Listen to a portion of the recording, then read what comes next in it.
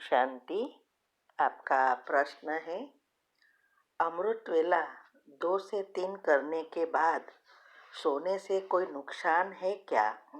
अगर नहीं सोती तो दिन भर भी नींद और थकान महसूस होती है। उत्तर है हाँ, बहुत नुकसान है, कोई प्रगति नहीं होगी। इसीलिए हमने साइंटिफिक रीति से समझाया है कि ये बहुत बड़ा लीकेजेस है। आप बीके क्लासेस रखे हैं यूट्यूब पर हमने बड़ौदा के, उसमें सारे लीकेजेस समझाए हैं, वो आप सुनो समझो। उसमें भी हमने बताया है कि क्या होता है कि हम इतना पुरुषार्थ करते, योग करते तो भी प्रगति नहीं होती। तो इसमें से एक कारण यह भी बताया है साइंटिफिक रीति से। चैनल का नाम है शिव शक्ति मेडिटेशन बीके कुसुम। फिर सब्सक्राइब करेंगे तो प्लेलिस्ट में जाएंगे और वहाँ आपको सब कुछ ग्रुप वाइज मिलेगा। वहाँ बड़ौदा के क्लासेस, बीके क्लासेस चेक करना और साथ साथ लाइक, शेयर और कमेंट भी कीजिए, जिससे आपका दुआ का खाता भी बढ़ेगा। तो अभी सवाल यह है कि 2 से 3 क्यों अमृत वेला करते हो? अमृत वेले का समय 4 से पौने 5 का क्यों किया है पता है? इसका बहुत बड़ा इसके पीछे कारण है। 2 से 5 का अमृत वेले का समय है, लेकिन बाबा ने 4 से पौने 5 फिक्स किया है। इसका कारण है कि सभी 4 बजे उठ सकते हैं और जब समूह में करते हैं तो हमारा जो योग है वो सबका एक साथ होता है, और इसमें भी अगर एक ही गुण का करे तो और ही फायदा होता है। इसीलिए दिनचर्या ग्रुप में हम बताते हैं कि रोज एक ही गुण लेना है, तो इससे बहुत बड़ा फायदा होता है। कैसे? देखो, ये जो हमारी स्थूल जमीन है इस पृथ्वी पर, ऐसे ही ब्रह्मांड में भी सूक्ष्म एनर्जी की जमीन है और उन दोनों का रूल सेम है। तो जैसे हम इस जमीन में कुछ बी बोते हैं और फिर उसको फर्टिलाइजर, पानी, धूप देते हैं, उस अनुसार फल उत्पन्न होता है। लेकिन जहाँ हम कुछ भी नहीं बोते, वहाँ ग्रास, अनवांटेड चीजें बाहर आ जाती है अपने आप, है ना। अभी अगर ऐसी सारी एक बहुत बड़ी जगह है जहाँ कुछ हम बोते नहीं हैं, उगाते नहीं हैं, तो वहाँ घास फूस निकल आता है। अभी उस जगह पे हम रोज एक ही जगह पे जाए और आए तो क्या होगा? एक पाथ बन जाएगा, और उसकी जगह रोज 100 जन जाए उसके ऊपर और आए तो वो बहुत बड़ा रास्ता बन जाता है। ऐसे ही ये एनर्जी साइंस का भी है। अगर हम रोज एक ही समय पर बाबा से कनेक्ट करें तो हमारा और बाबा का बना भगवान के बीच रास्ता हो जाता है क्लियर। और इसमें भी अगर हम सारे विश्व की आत्माएं सब कर रही है तो समूह में करें तो उस समय वो रास्ता बहुत बड़ा क्लीन एंड क्लियर हो जाता है। इससे हम सभी आत्माएं एक दूसरे की एनर्जी से आगे बढ़ते हैं। कई आत्माएं वीक होगी, कई आत्माएं पावरफुल होगी, महारथी होगी, तो ये सब एनर्जी का लाभ सबको मिलता है और जल्दी जल्दी आगे बढ़ते हैं। इसीलिए जरूरत है 4 बजे से 4:45 का समय या 5 बजे तक या 6 बजे तक करो। लेकिन अगर आप जल्दी उठ के उस समय तक नहीं रह सकते, बैठ सकते, तो सो रहो ना, 4 बजे ही उठो, 3:45 को उठो, 3:30 4:45 को, और फिर योग लगाओ। तो ये जो आप कर रही हो इससे कोई फायदा नहीं है। 2 से 3 करो और फिर सो जाओ। सारी आपकी एनर्जी ड्रेन हो जाती है सो जाने से, और बाद में ये चक्र पूरा नहीं होता, स्लीप साइकिल। इसीलिए आलस्य अलबेलापन नहीं जाता।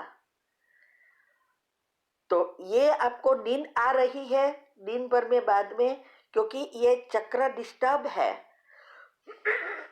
वैसे भी हमारी नींद का समय रात को 10 से 5 तक में ही हमें 3 चक्र लगाने होते हैं, और ये सारी सिस्टम रिसेट होती है, तब ये भी रिसेट हो जाता है।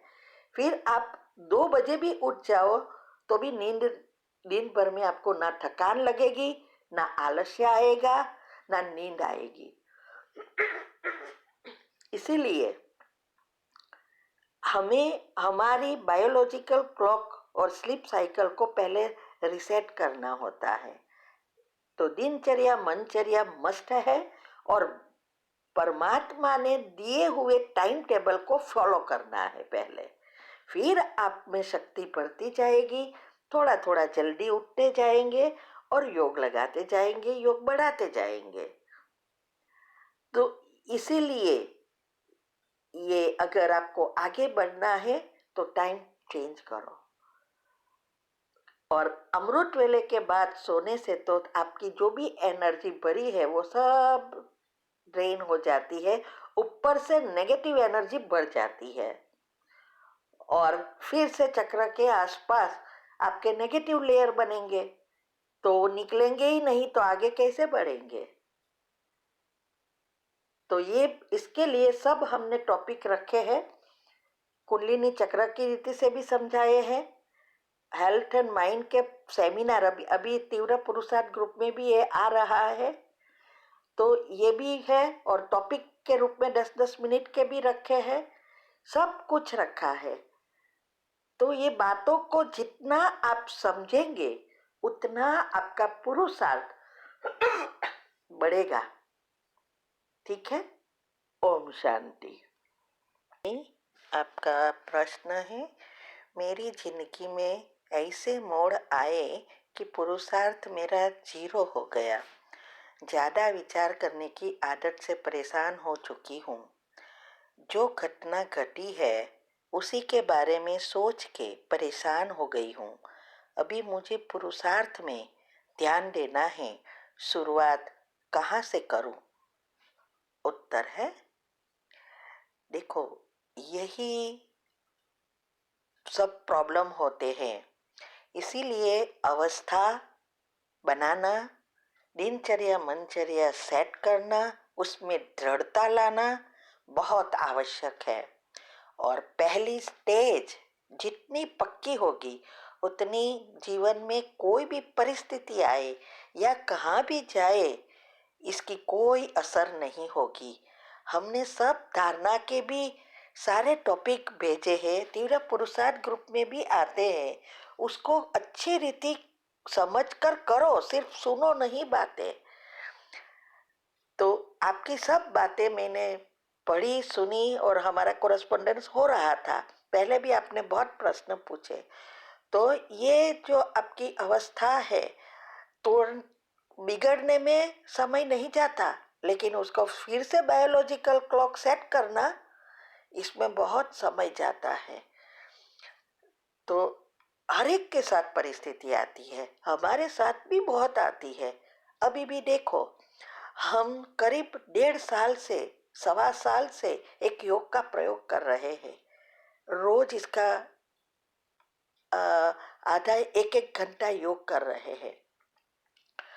अभी 50% ही हुआ है, और इतनी सिचुएशन आई है, इतनी आई है, लेकिन कोई हमारे पर असर हुई? देखा आपने हमारा चार्ट?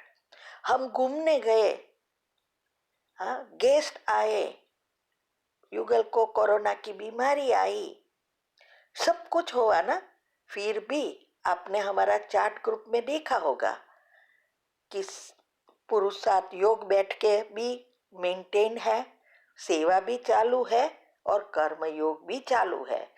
इसका कारण और कुछ नहीं है, एक ही है कि हमारी सारी दिनचर्या मनचर्या स्थित हो गई है और पहली अवस्था योग की इतनी पक्की, जो हमारे अंदर सारा एक बायोलॉजिकल क्लॉक इतना रिसेट हो गया है, सारी सॉफ्टवेयर बदल गया है और दृढ़ता इतनी बढ़ गई है, निश्चय इतना बढ़ गया है, जो कोई कुछ भी होए, जिस टाइम पे जो करना है वही कर सकते हैं। इतने प्रश्नों के उत्तर देते हैं, फिर भी कोई चिंतन नहीं चलता। तो ये बहुत महत्व की चीज है।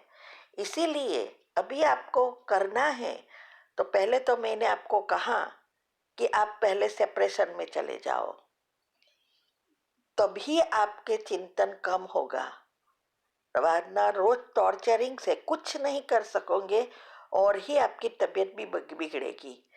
दूसरा, ये दिनचर्या मनचर्या ग्रुप ग्रुप जो छोटी सी आती है, वो सब एक बाबा के सामने बैठकर नियम लो और दृढ़ता बढ़ाओ कि ये मैं करके ही रहूंगी। तो कितना कहाँ भी हो, कैसे भी बिजी हो, हर घंटे की 10 मिनट ट्रैफिक कंट्रोल, अमृत वेला, ये करना शुरू करो। और ये जो पहली स्टेज फिर से पक्का करना शुरू करो, तो इससे धीरे धीरे फिर से ये वापस आ जाएगा। और एक एक संकल्प पर ध्यान दो, जब भी ऐसे संकल्प आवे तुरंत 3 बार कैंसल कर दो और फिर उसके सामने पॉजिटिव भरो। ठीक है? ओम शांति।